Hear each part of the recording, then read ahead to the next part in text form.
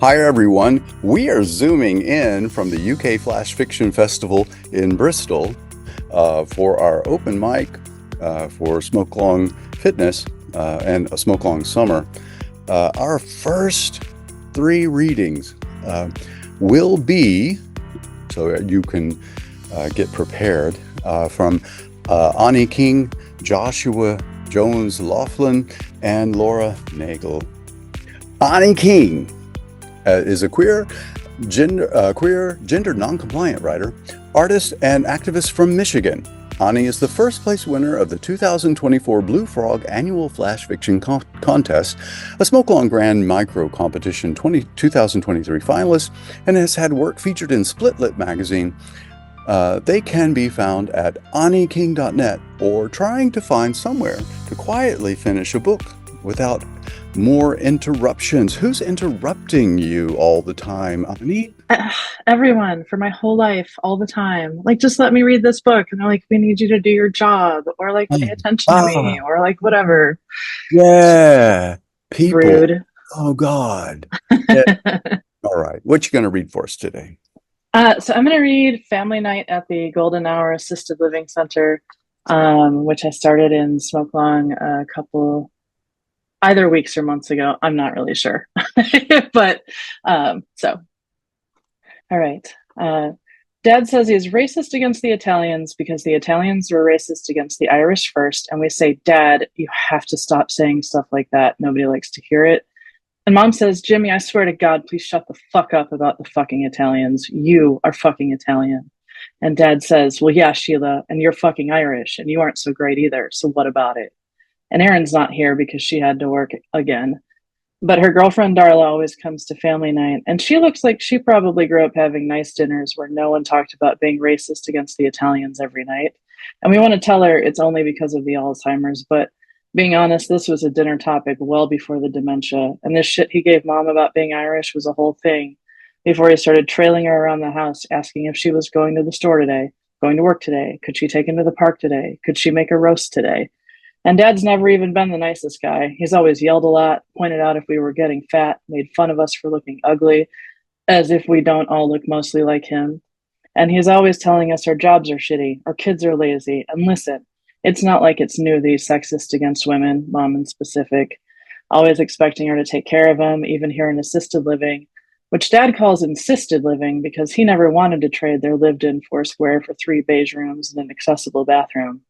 But Mom still folds all his laundry and makes both beds and picks up his balled up phlegmy tissues, even though the staff say it would be better for him to do those things himself. Dad asks Darla for the 50th time, are you Italian? And she says, no, still not Irish either. And Darla says, but you know, Mr. Catalano, I took one of those DNA tests a couple of years ago, and I found a grandfather I didn't know on my father's side. And she says, when I went to meet him in the nursing home, he had this box full of Nazi memorabilia. And at first I thought it was because he had been in World War II, but he was too young for that. And God, he wanted me to look like through all of it. He even tried to give me some of the pins and handbills, and I thought it was going to be nice to meet him. You know, he didn't seem like a jerk over email or the phone, but he wasn't nice, you know. And Darla says, I didn't want to be the girl whose grandpa was the worst person in the nursing home, so I never went back after that. And Dad says, Jesus, Harold Christ. And Dad slaps the table, and Dad says, I hate the fucking Nazis. You know we fought against the Nazis. And Mom says, you never fought no Nazis, Jimmy. And Dad says, well, my dad did, but he was an asshole. Not as bad as a Nazi, of course, but he did go AWOL with a French woman at the end of the war and leave me and my mom alone. And Dad clears his throat, and then he says, you know, he never came back. And we don't say anything because he looks like we might cry. And we've never seen Dad cry. And we've never heard him talk about his father ever. It's like he never existed, because if we ever asked about having another grandpa when we were kids, we would sometimes get slapped for it. And so Darla says, my dad was an asshole too, but he hasn't been around for me either, so I get it, Mr. Catalano. And Dad says, listen, kid, I don't know how I feel about gays getting married, being Catholic and all, but if you marry my daughter, that'll mean I'm your dad, so fuck that guy. Just call me Dad now. And then Dad asks, Darla, do you know why I'm racist against the Italians? It's because the Italians were racist against the Irish, and my mother was Irish. And Mom says, Jimmy, shut the fuck up about the fucking Italians, please. And Dad says, Sheila, I heard it's okay to be a racist against the Irish now. And Mom says, I'm going to be racist against you, you prick. And Dad says, Nazis are assholes no matter who you are. Nazis are fucking assholes. And Dad says, I really loved my mother. And Dad says, did you all know my mother was Irish? Boom. That was so good. Oh my God, Ani, this is great. All right. Okay. Um, yeah, here we go. That it was amazing. The rhythm, the pace, the voice, just boom, boom, boom, boom, boom. Thank you so much, Ani. What a great beginning. Now, now, Josh, you have take us somewhere. Joshua Jones Laughlin's writing has appeared in the best microfiction, the best small fictions, the Cincinnati Review, Craft, Fractured Lit, Moon City Review, and a little old journal called Smoke Long Quarterly, and elsewhere. He lives in Maryland. Find him on jjlaughlin.com. And now I'm going to call you JJ. Is that okay, JJ? I prefer Josh, but Oh, JJ's fine. well, okay. It's your name. You have your preferences. That's fine. What you going to read for us? I am going to read something from this workshop.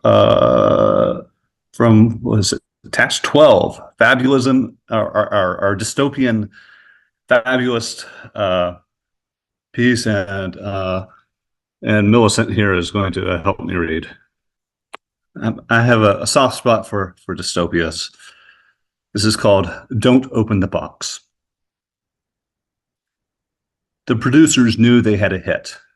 After the first week, they were comparing it to Game of Thrones, to The Sopranos, to Seinfeld season 3.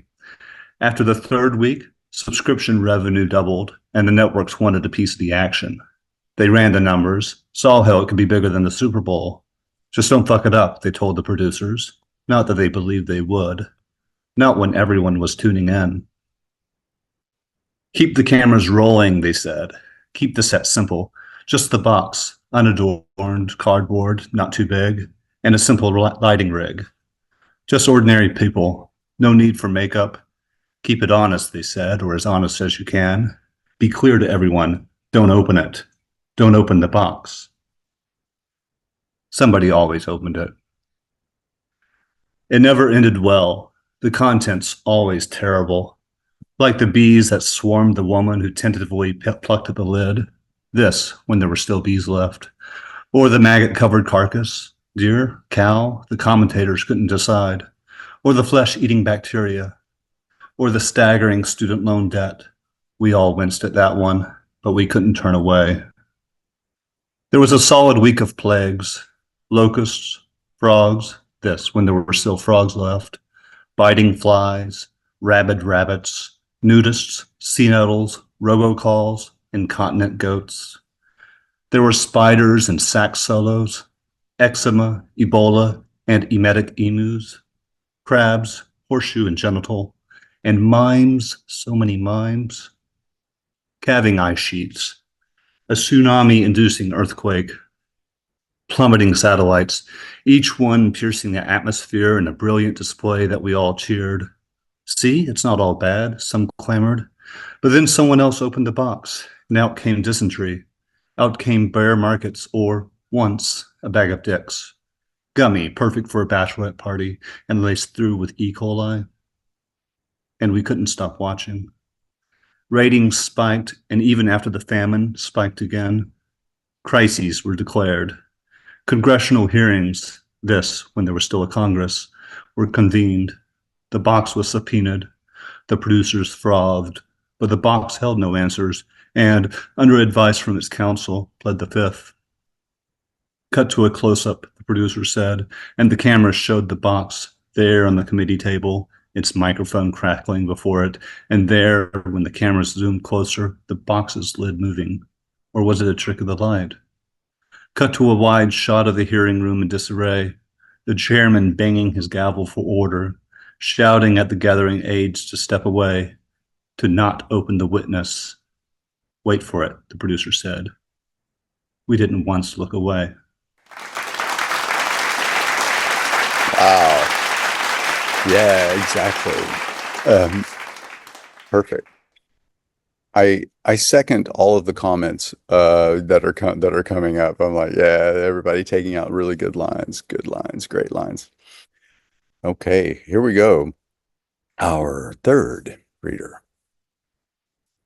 Laura Nagel's fiction has recently appeared in The Common, Stanchion, and the Welcome Many shortlist. She translates prose and poetry from French, Spanish, and Irish, and is currently on AWP and an AWP writer to writer mentee, working on historical fiction. Laura lives in Indianapolis with a feline brother and sister duo named David and Alexis. And I'm going to say, ooh, David, and oh my God. Hi, Laura. Hi, Chris. How are you? So Helen and I, oh, I'm sorry. Helen and I really, really relate to Alexis and David.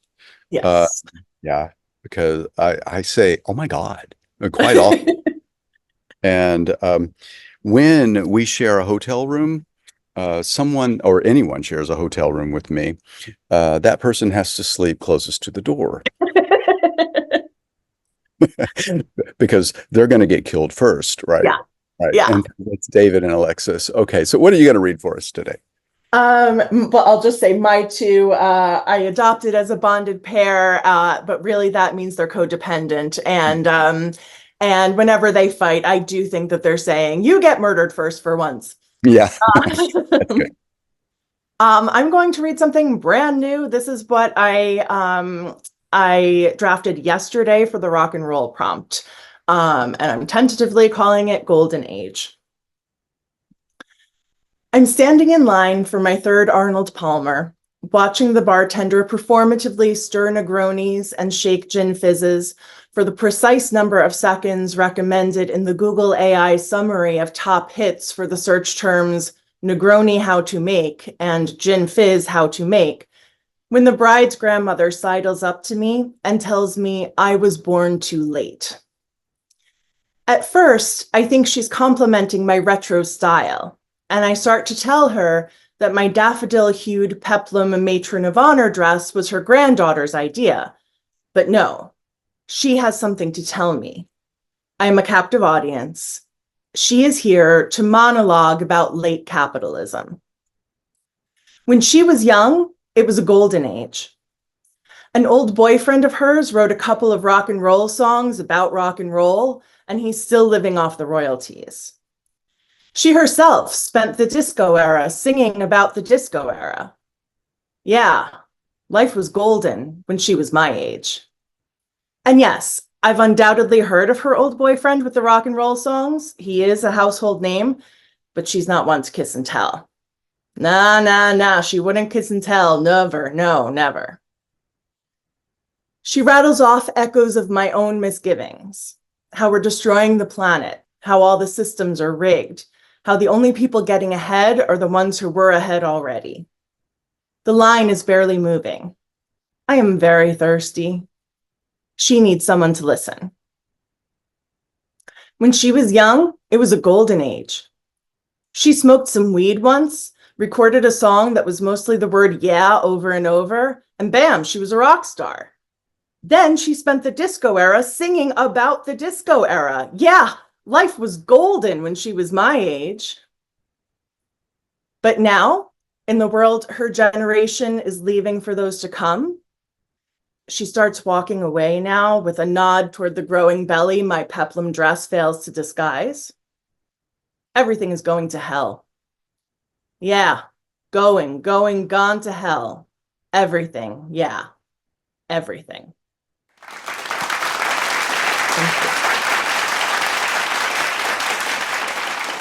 Sorry, I had to start my video again because there were people behind me. Yeah. Oh my God. Wonderful. Oh, I am enjoying this today. And you wrote that yesterday? Yes. And tweaked a few things this morning based on feedback from cardio group 17. Aha. Okay, great.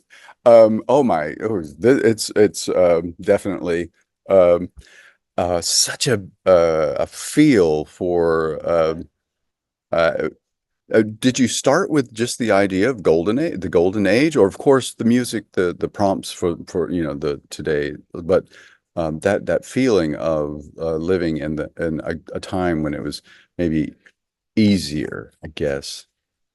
Um, do we always think that the people before us had it easier? I don't know.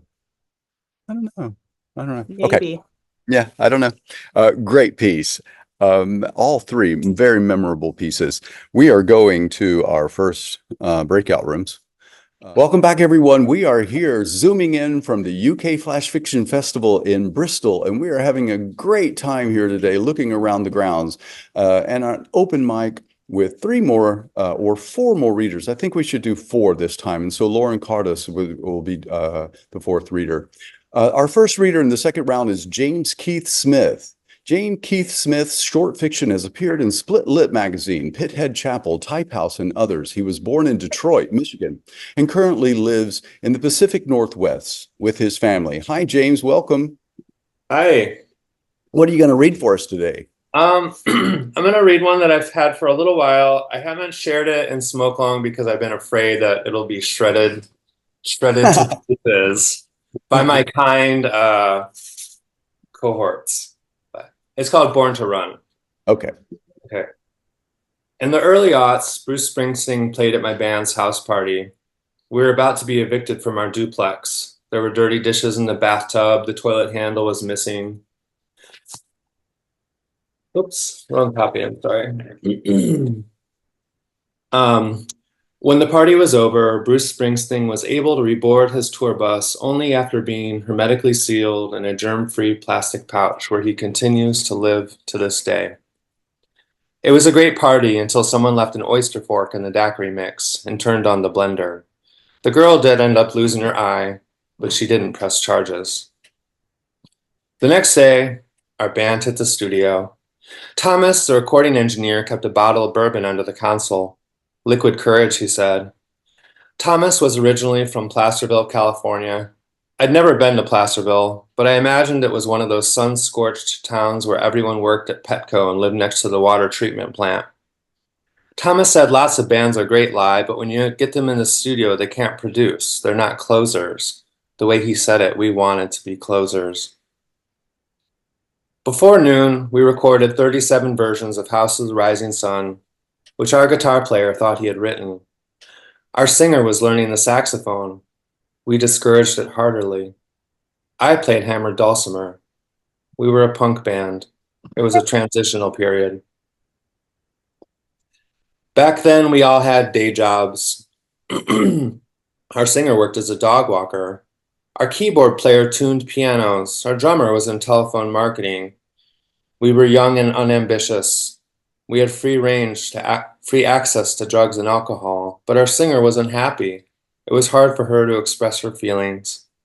That's why her face was always breaking out. That afternoon in the studio, we received a phone call from none other than Bruce Springsteen.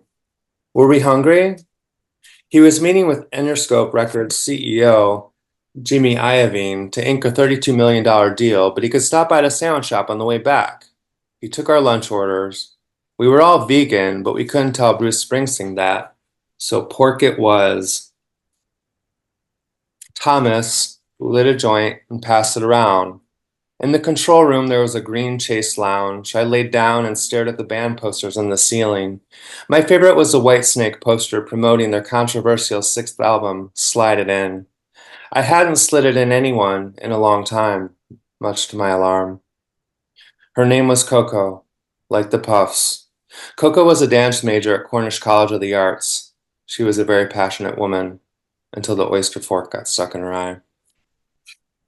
Later, after the band split up, it was back to migrant farm work for me. Blueberries in summer, apples in fall, oranges in winter. I smoked French cigarettes and got my knuckles tattooed, lived in a yurt and read Camus and Jean-Paul Sartre.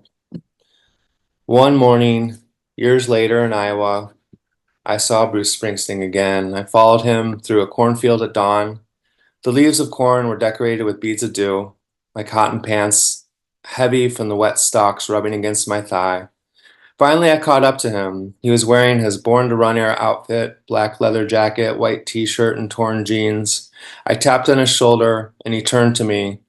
But by then, I wasn't a punk anymore. I was just a regular guy with a receding mohawk, a guy with nothing to prove.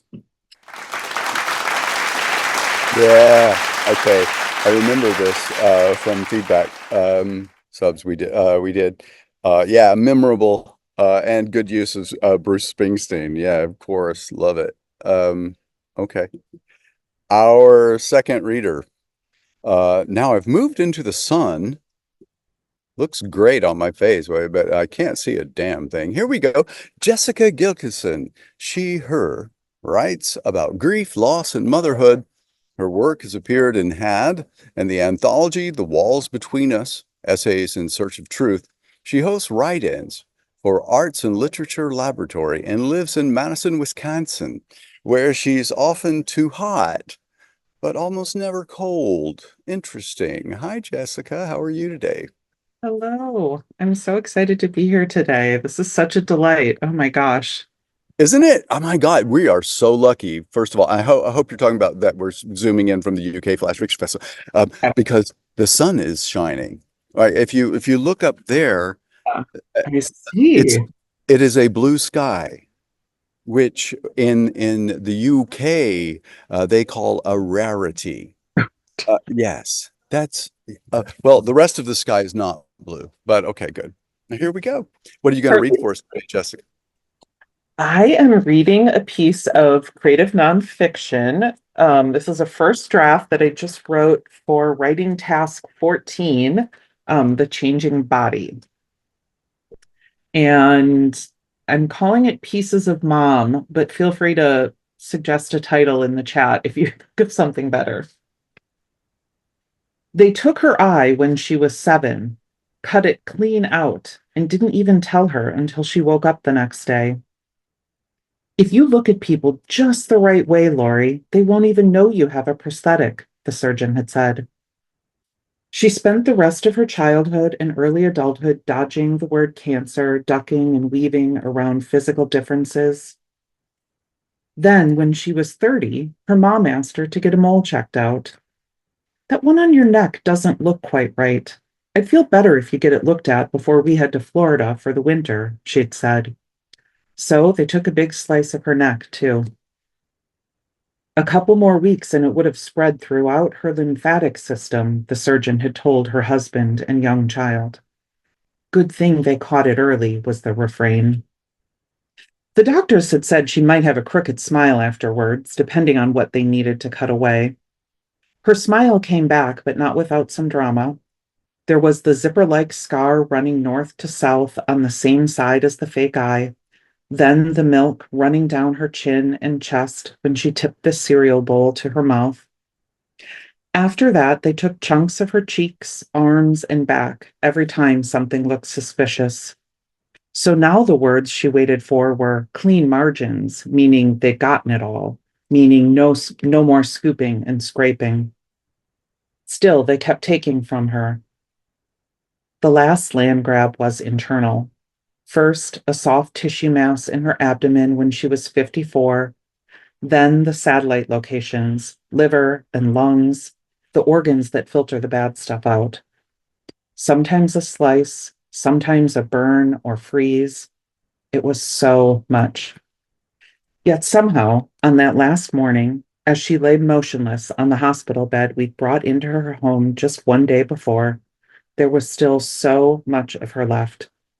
Her whole head, her one working eye, her arms and legs and torso. She was missing a lot, but she was also entirely there. Thank you. That is devastating. And the way you turn it around at the end, it is so hopeful as well. Oh, thank you.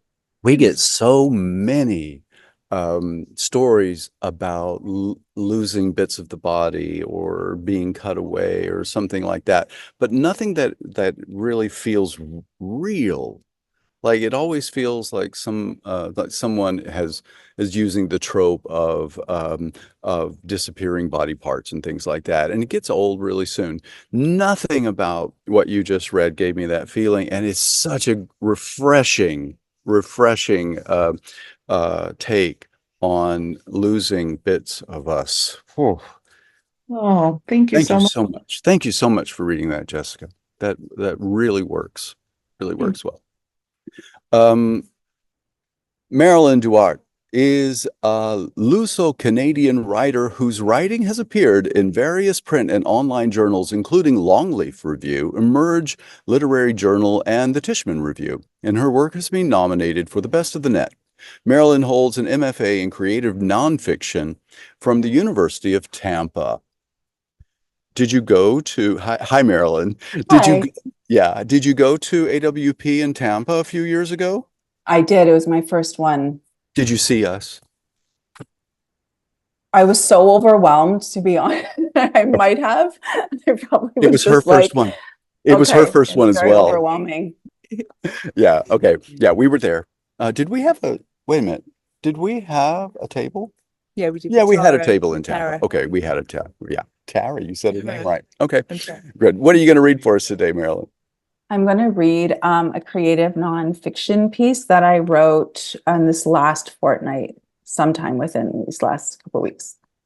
It's called Let Me Pretend. Let me pretend that on Sunday afternoons, my dad would relax into the driver's seat of our rusty Ford Mustang with one calloused hand draped outside the rolled down window and the other over the steering wheel as we made our way to Bellwoods Park for a picnic. That he stole boyish glances at my mom, who sat upright in excitement while in the passenger seat applying her frosty lipstick. Pretend that they spoke softly as they recounted stories from their youth back home and laughed so effortlessly it felt like the entire car floated.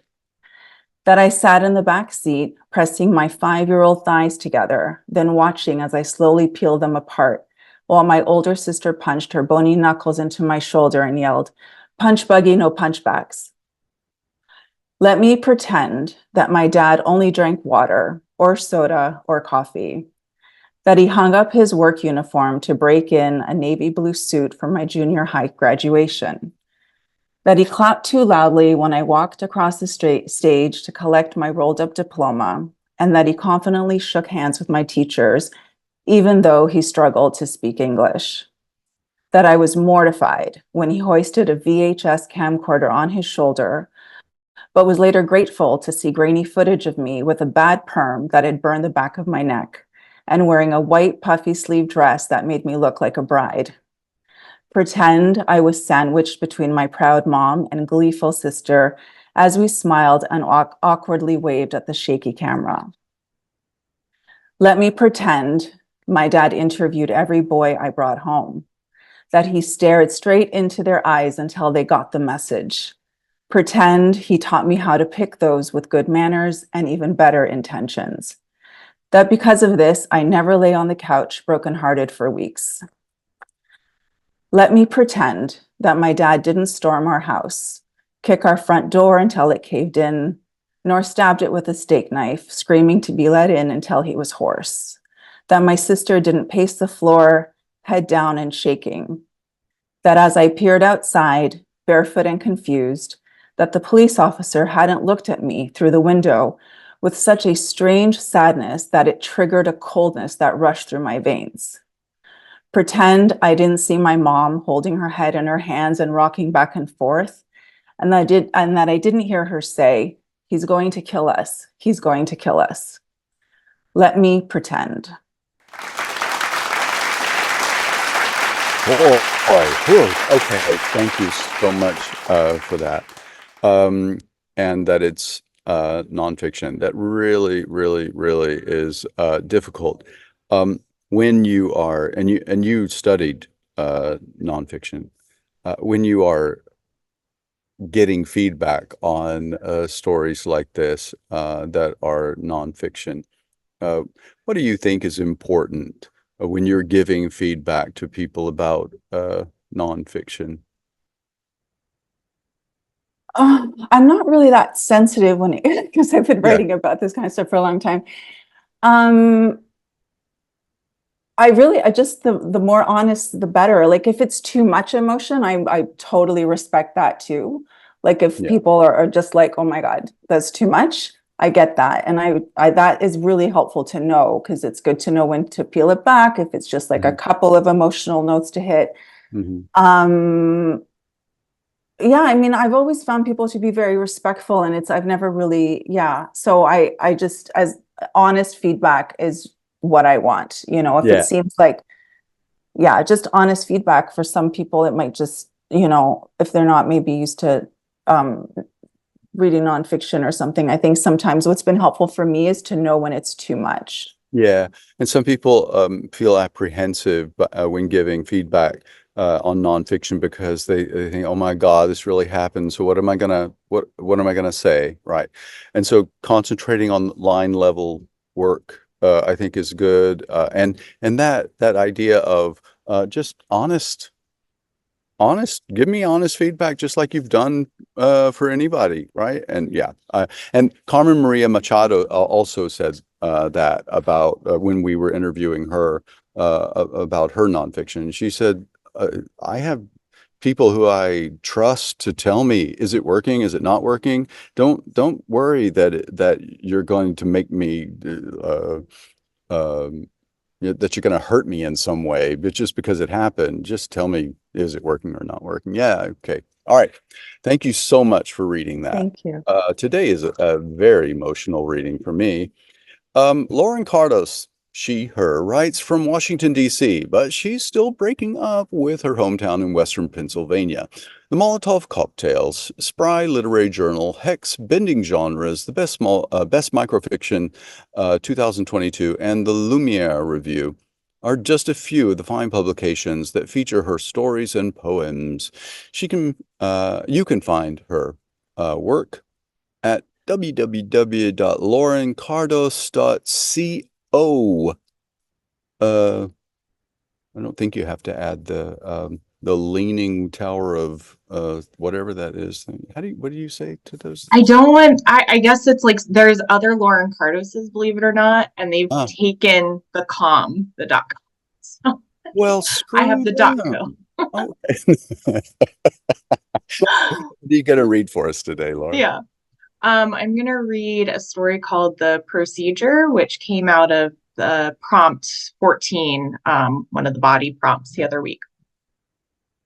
In Greek mythology, the Hydra didn't always regenerate 2 heads for every one lopped off. Earlier accounts cite a single fearsome snake, others a beast with 2 whipping tails. The Hydra was a lake dweller. The Hydra sprung from caves. The script flips depending on who is telling it. The doctor says Mom's procedure went well. He rattles off vitals, facts and figures, monitoring schedules. 10 hours, 3 surgeons, a slew of BMAS professionals. The donor fresh and clinically dead. A car wreck, a perfect match. Over the doctor's shoulder, I notice the wallpaper in the family waiting room is yellowed, peeling. I can go back to see Mom now. She'll have 2 heads. I too am a doctor of philosophy and classical studies. 3 weeks before my graduation, I rang my childhood landline, worrying Mom's afternoon soaps might drown out my call. PH dipshit, she nicknamed me when my program started. People in town didn't go to college, and to trade staggering debt for 3 degrees more than Mom felt I needed, I still hoped she'd visit. I pictured her waving from the audience as I clasped my degree on stage. Marnie who? She yelled over the phone instead. I don't have no daughter. Mom's room stinks of rubbing alcohol, but I gag at what crowns the pillow mountain on the bed. Mom's head is prop center, and the second head, now conjoined, sprouts from her right like an errant mushroom. Surgical pads cover the sutures at Mom's neckline. Tubes drain away blood and seepage. The donor must have been beautiful. Late 50s, perhaps, her hair more peppery than auburn. I see 4 eyes closed, sunken, 2 pairs of lips crusty and downturned, Mom's brain dying and the donor's brain dead. The pamphlet for the clinical trial explains cutting-edge research jargon-free. With another brain in the system, plaques may migrate their roadblocks and protein tangles twist the neurons elsewhere. Mom would be mom again. The donor, I'm assured, would not have regained consciousness otherwise. Printed on heavy cardstock, lettering in cartoon brain pink, I run the pamphlet corner under my fingernails, tempting a paper cut. In some Hydra tales, the serpent is poisonous. Flame only enraged the beast, but cauterizing each severed net gave Hercules a chance. Mom set the kitchen on fire after leaving the tea kettle burning all night. Mom's water was turned off thrice, something I'd only learned when visiting over Christmas, and her one-armed hug at the door punched my nostrils back to my car. I tried to visit more often. Neighbors called and texted in the middle of my lectures. Mom was wandering around the neighborhood, only a bra and towel slung around her waist. It took me years longer than I'd like to admit to finish my thesis because it was always, Marnie, come home. Mom's selfishness, her eccentricity, her laziness, I ranted to my advisor before the diagnosis. Legend goes the only way to kill the Hydra's final head is to use its own poison. A sword, an arrow, a club dipped into a severed Hydra head would do. The procedure feels unreal. I sit next to Mom's bed, each blink wishing I could unsee, like I'm an unwilling volunteer on a magician's set. For me, magic was orange trees lining the Athenian streets and the hill towards the Parthenon, sampling spanakopita at every cafe and rubbing ankles sore from cobblestones at the end of each night. The undergraduate semester abroad scholarship covered most of my costs, but I couldn't afford an international phone plan. Magic was Mom not caring to learn transatlantic postage. Magic was 6 months of freedom I might return to one day, for longer, forever. Hera, pissed that Hercules defeated her creation, imprinted the Hydra's remains in the night sky. Her giant crab he equally conquered. She lifted up into the stars as cancer. Every few hours, a nurse stops by, jots chicken scratch in Mom's chart, divines the meaning of beeps and zagging lines on the machine-laden wall. A cot was set up along the opposite wall hours ago, but I can't sleep. Before her shift ends, the head surgeon visits and says the donor's eyes may open first, to not be alarmed. What color are the donor's eyes? What color are my mother's eyes? One time, when I was 5 and stuttered, Mom slapped my face each time I tried to say I liked the new neighbors, Dick and Virginia, who returned our pie pan. Why you crying when good girls don't swear? After the Hydra died, its blood still poisoned nearby rivers. Fish and critters inhabiting those currents turned inedible, rotten to the core. I stand from the crinkle sheet cot. The room is dark, a small fluorescent bulb above life support illuminates the donor as I touch her cheek. I peel back the surgical tape, purple edged skin grafted with a steady hand. Mom would be mom again. So I dig through storage drawers, assess each pillow's heft. Any sword or club would do. Amazing. Oh, it's so good today. Great weaving. Oh my goodness. Great, really use of mythology.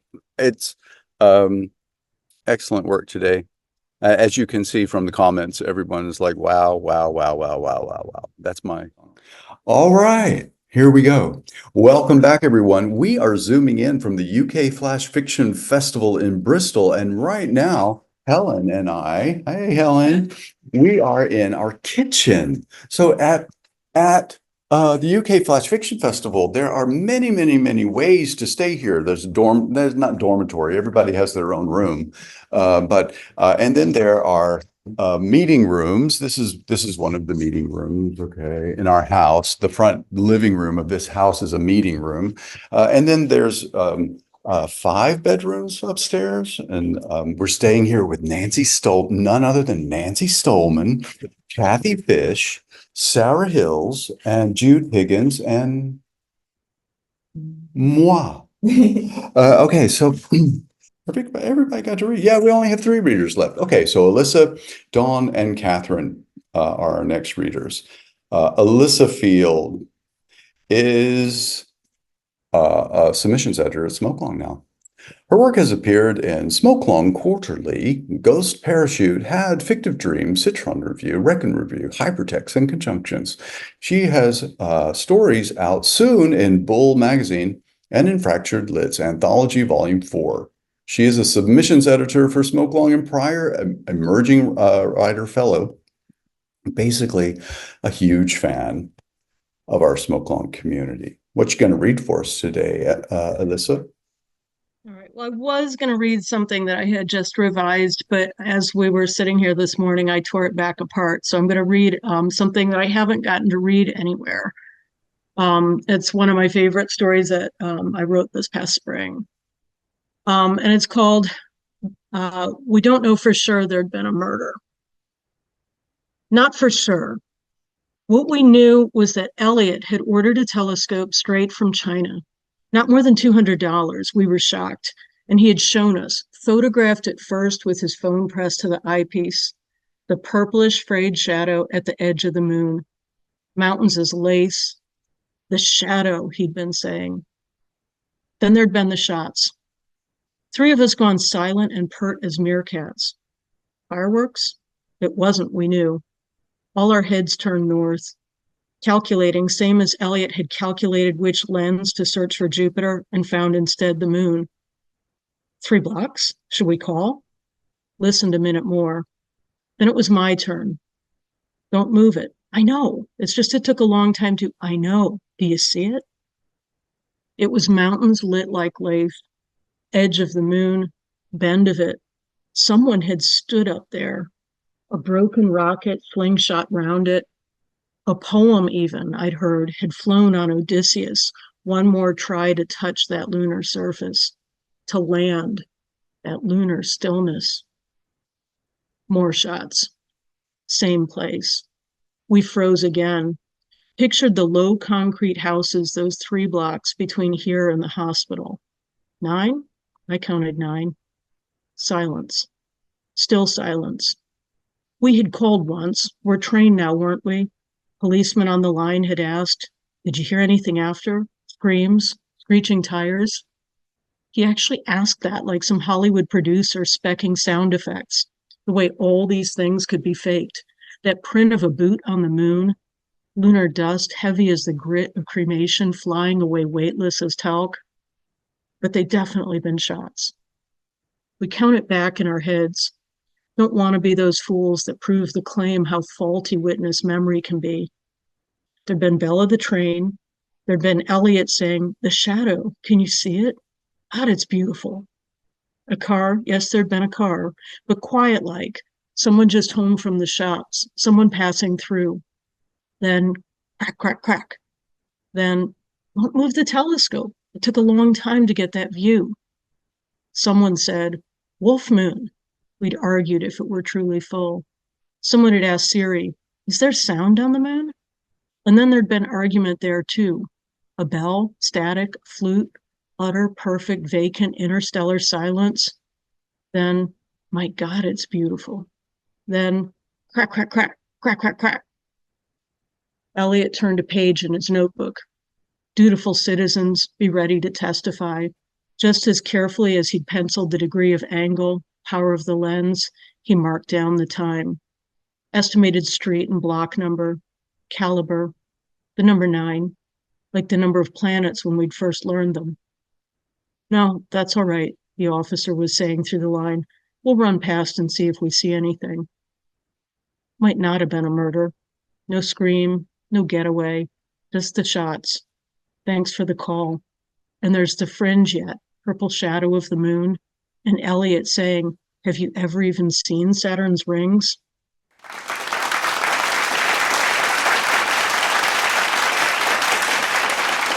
Lovely. Is that the end? Are you looking for the next chapter? Okay. All right. I don't know. Okay. Because as I've told you before, yeah, I could just sit here and listen to you read all day. Very nice. Thank you so much, Alyssa. Yeah, and as people are saying, lots of tension in the question that we ask in that title. Good, excellent.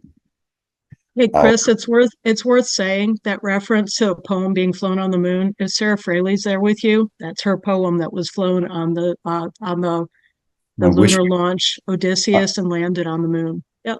wish we had been walking right by her when you read it, because we did walk right by her earlier, but she was actually giving a couple of people prompts or something because they maybe had just done a workshop with her, and so I didn't want to interrupt her. So, but I will tell her that when I see her later on today. Okay, our next reader is Dawn Miller. Dawn Miller is the 2024 winner of the Toronto Star Short Story Contest and a 2024 Smoke Long Quarterly Fellow. Her most recent work will be appearing in the Fabulist, South Florida Poetry Journal, McQueen's Quinterly, and Fractured Lit's Open anthology. She lives in Picton and Ontario, Canada, with her writing helper, Maisie, the Golden Doodle. Are you going to show us Maisie? No, she's outside. No. I'll have to make sure and bring her. She's really cute. Of course she She's is. kind of naughty though. She's what? Naughty. Well, okay, that's fine. She's a No, little, for me, dogs are okay, naughty. That's fine. yeah. She's But mischievous. cats is different. Naughty Yeah. cats, they're very sharp claws. Yeah. And I don't know. I don't No, know. she's Sorry, cute Josh. and naughty. Sorry, Josh. Cover your cat's ears. Okay. What are you going to read for us today, Dawn? I'm going to read a piece that I wrote from the Wednesday prompt. So it's still in its infancy. Okay. It's called After Too Much Wine at Our Wedding, I Tell My Pro-Life Husband Everything. No, not everything.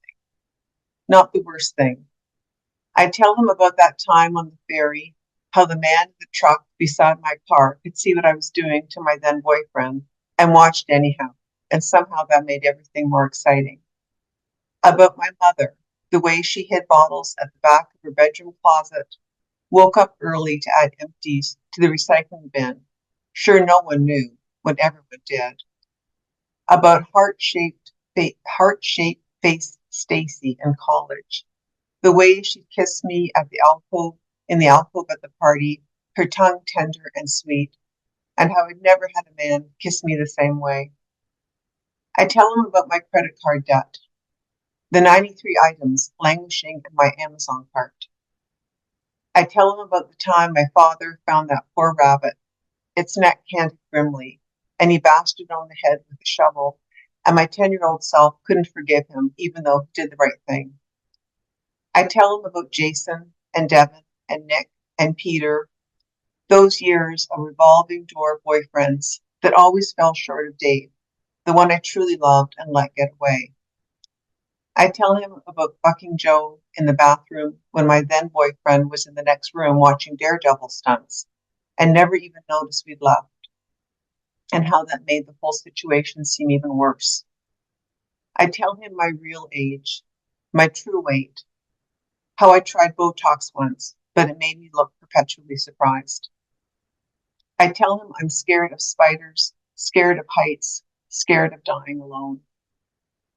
He pours me another glass, even though I've waved the bottle away, and words tightrope up my throat, balance on my tongue like that famous Walenda guy walking a wire between two buildings, even though so many people in his family had risked it all and died before. But then a random wind gusted, and he fell down, down, down like a feather, and then a stone. A sudden splatter on the ground, so that no one could even recognize the pulpy mass, a stain on the pavement that could never, ever be scrubbed clean.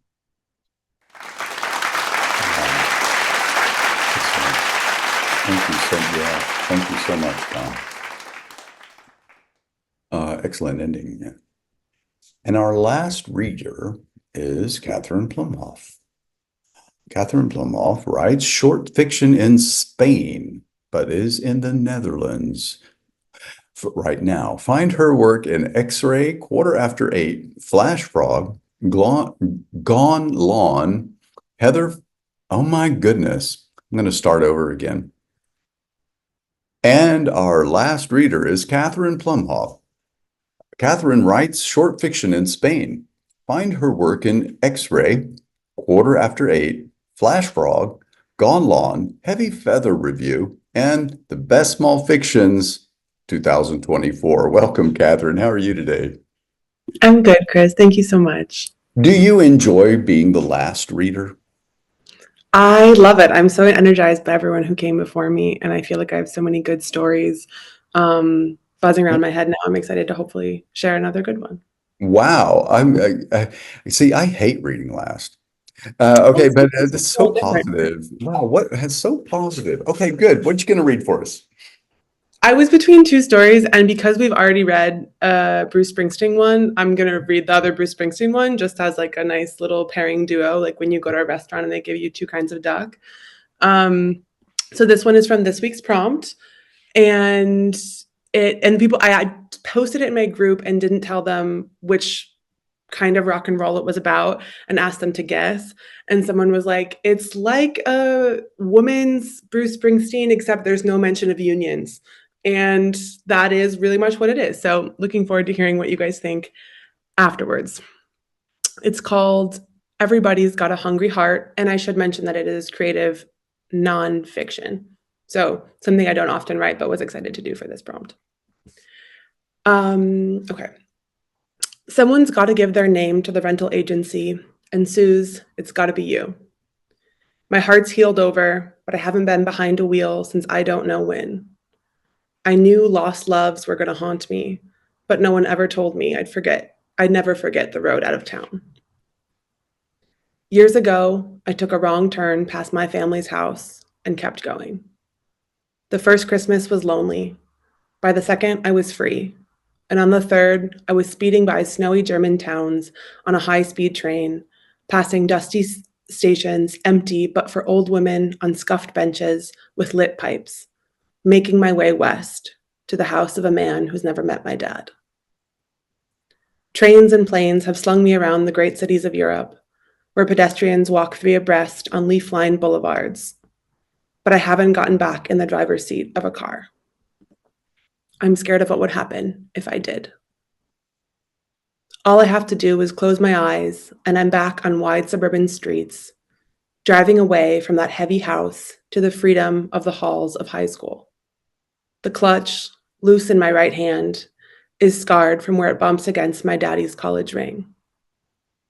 Or it's summer, and my hair is blowing in the wind, and my thighs are flat against hot leather, and my best friend is in the back seat next to a boy with blonde curls, with his brother in the front seat next to me. And I'm putting on lipstick I don't keep at home, and popping a finger in and out of my mouth to catch the extra before it kisses my teeth, making the most of this stretch of stolen night.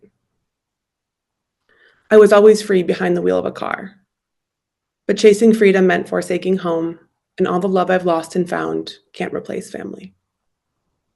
If you put a wheel in my hand, I can't promise I won't drive us right past all these small Spanish pueblos full of old men with sunburnt chests and lit cigarettes, talking about how cheap things used to be, and across the Atlantic Ocean, and across the eastern seaboard, and back home to the Midwest and the town that raised us. I can't promise we won't end up back in the driveway I backed out of because everything I didn't know had to hurt less than what I did. Because if I leave my eyes closed long enough, I see the long road, and I see myself on it, only I don't know which way I'm going, whether I'm shooting out of one life or on the long fall into another. So Suze, you've got to drive.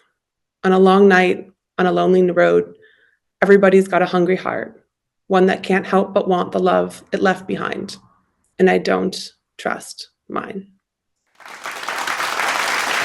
Excellent. Yeah. So many really, really fine lines there. So excellent. Thank you so much, Catherine. Thanks. Did everybody get to read who? I swear I counted 11 readers, and we had four. So I signed up to read and I didn't get a chance to read yet. Excellent. Okay, that's it then. Okay. I just sent my bio to you in the chat. But I'm happy to read it too. Perfect. Does it matter? Because I thought, wait, it's like I Yeah. know I know I didn't miscount. Jen Wright, thank you, Yeah. Jen, for speaking up. Is a teacher, mom, rescue scuba diver, and all-round tender of hearts. Okay. Her work was previously published in Smoke Long Quarterly, the now fiction, just a second, the now defunct Pendle's Boys, yeah, 140 Fiction and Hobart. She hasn't submitted work for publication in eons, but she's going to now, I'm sure. So she's thrilled, uh, yeah, to be back at it. Jen, welcome. Okay. Thanks so much, everyone. And I have to be the last reader, which is even more terrifying, but I'm No, just going to jump right into it. excellent. This is a nonfiction piece, which I don't normally write, and it's from Task 14, called One Strange Love. My daughter's ass fell out. She was not yet 2 the first time I met it. This bright red bloom, a ripened fruit, a squishy exposed bulb leaking out when it should have stayed tucked in.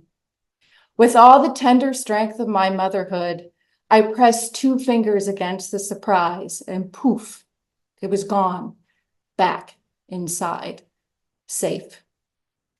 After helping Hattie with her big girl panties and sending her off to block building, I retreated to the bedroom to freak the fuck out. What did I just see? Touch, meet. My head jiggled, no, no, no.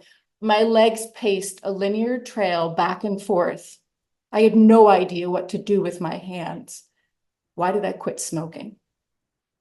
When I gained the stability needed to operate my phone, I made calls. All the calls. My partner couldn't understand it. My mother denied it. My Cuban mother-in-law lit candles for it. And the doctor diagnosed it, rectal prolapse. The treatment? Well, let's wait and see. I was terrified of it. It pulsed, wriggled, demanded immediate, yes, focused, empathetic attention. It made me take a deep breath, a long pause, and steady myself when my working mom life demanded I lunge forth efficiently with gusto, with fast-paced, well-planned, and appropriately mannered Midwestern gusto. Mommy, my butt fell out, became the ordinary call from the bathroom door. I couldn't help it then. I'd squinch my eyes closed, shrink my lips up to my nose, and slump every part of me. Coming, erupted from my house, from my mouth, half-formed, half-hearted, full-on, unprepared. Exhaling into a near ready, I'd remove myself from otherworldly tasks, grading papers, folding laundry, butterflying a raw chicken, so I could lure this disobedient alien worm back, away, out of sight. Mommy, are you coming? My butt fell out. I need help. A second more urgent call while I thoroughly washed my hands in the kitchen sink, thoroughly steeled myself. I'm coming. Sometimes it refused, grew stubborn, stared me down. With lubed fingers, I coaxed it back while Hattie and I sang our best rendition of Let It Go until at last it grown tired of our off-key duet and sought immediate exit stage left. I stopped crying. The vulgar, tender heart of it numbed me. I wanted it gone. I wanted it to never leave. I didn't know why I was only listening to Disney soundtracks in the car alone, frozen forever looping while I white-knuckled my way through traffic to reach it. No, her, my daughter. Who needed me more? I wasn't sure anymore. I coached Sandy, the preschool teacher, in the fine art of rectal encouragement. Often this strange, one-eyed creature bestied Hattie's linguistic, physical, and social accomplishments for the day. Well, her butt fell out again, Sandy would start, handing me the backpack and rolled art tubes. But we managed to pop it back in safe and sound, didn't we, Hattie? Then she'd wink at Hattie or me, us. I never knew. Hattie would smile, tuck her head around my thighs, arms circling, pulling mightily in while I crinkled my nose and squeaked out an "I'm sorry," apologizing for Sandy's discomfort, red-faced, ashamed, Hattie's sphincter had failed her, us, again. It was routine. It was always, it was endless. One day, her butt learned. It grew strong. It maintained control, and soon it fit in with all the other toddler butts wiped clean, and with a little gentle push, sent on their way. Oh, I was hoping it was going to turn to hope. Yes, and the things we have to deal with in life, and with humor and love. There's so much love in that. Yeah, we do have to deal with those things. And thank you. Really great voice. We are now, and thank you for speaking up because I was sure that there were 11 readers and not 10. We are going to give away some stuff. And this time, yeah, Helen, I need random numbers between 2 and 27. And this time, we're only going to give them to people who are present. Usually we give, we just include everybody, but today, exceptionally, it's just going to be us. 2 and 27, and go give me two random numbers between 2 and 27. Okay, this one is 27. 27. Oh my God, that's really easy because it's the last person. And that's Elizabeth Certucci. And so Elizabeth, now you have won a book from the virtual book fair, and you just need to browse the virtual book fair and send me a private message in the workshop and tell me what book you want. Ooh, very exciting. Yeah. And so there are 25 presses, and just browse through there and just say, Chris, I want this book, and give me your mailing address and I'll have it mailed to you. Okay. Cool. And Christmas in July. Woohoo. Yep, that's what it is. I'm dreaming. Oh, okay. Yeah. Second number is 11. 11. Okay, here we go. Let me get back. Okay, that's 5, 10, 11 is Noemi. Yeah, Noemi, where are you right now? I'm gonna have to pay like $4,000 for shipping. Right now I'm back in Doha, Qatar. You're okay. Yeah, so it's gonna be expensive. That's fine. Sorry. I can send you my Hungarian address. That's easier. It's the same. Okay. Yeah. Okay. So same thing. Oh, wait a minute. No, I mean, I don't, yeah, it doesn't have to be, but I don't have to send you something. I can give you free feedback. Yes, that's nice. Yeah, you've won free feedback from 3 editors. And so I'm going to do that for Noemi. So it costs us $25 instead of $2,500. Shipping is just the weirdest, craziest thing these days. There are bookstores in Doha, I assume. Yes, thankfully a lot. And a beautiful library. And that was the first thing I checked out because books. Okay. But the bigger question is, why aren't you at the festival this year? I know. It just didn't, I couldn't go. But next year. And maybe AWP, maybe. Oh, okay. Yes. Los Angeles. Yeah, maybe. Yeah. Okay. Well, we have our tickets. You need to get your plane ticket. How come you haven't been you weren't in Kansas City? Oh, long story. Oh, okay. Oh, I was so looking forward to check out your table. Anyway. Yeah. So it's a very, very complicated long story, but okay. Okay. Well, thanks so much for asking. You're getting feedback. Okay, I'll send you an email about that, or a DM about that. Okay, so next number.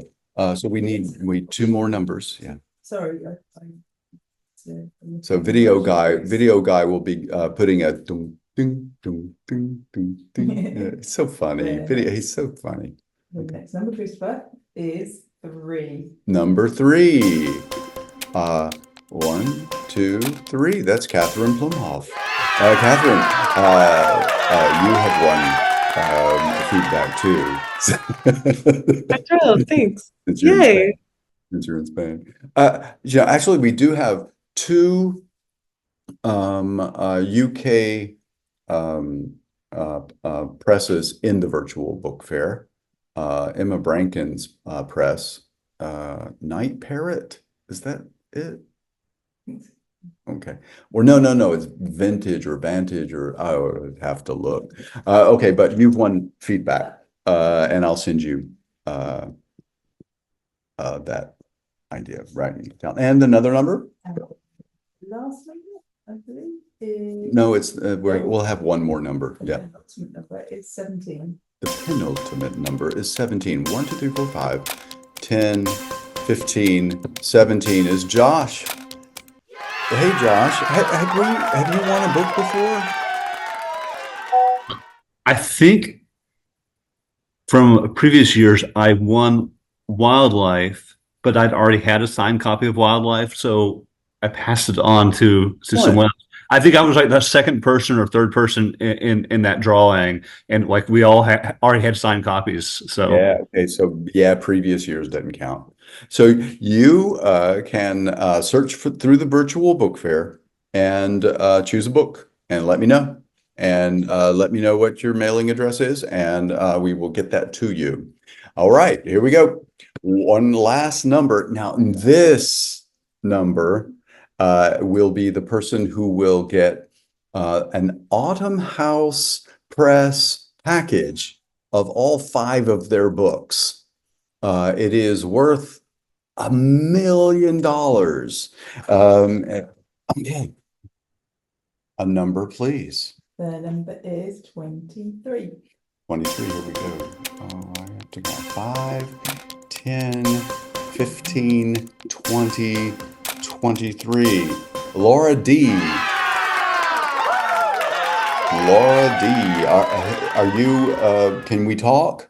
Okay, unmute yourself and tell me where you live.